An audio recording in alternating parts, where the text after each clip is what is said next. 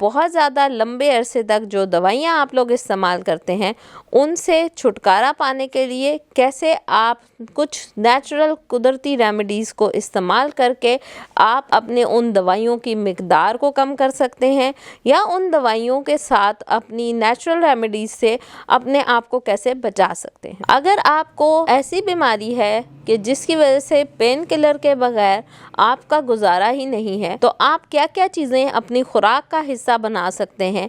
उसमें सबसे पहले जो चीज़ मैं डिस्कस करूंगी वो है हल्दी वाला दूध। हल्दी जो है वो natural anti bacterial, anti fungal, anti inflammatory है।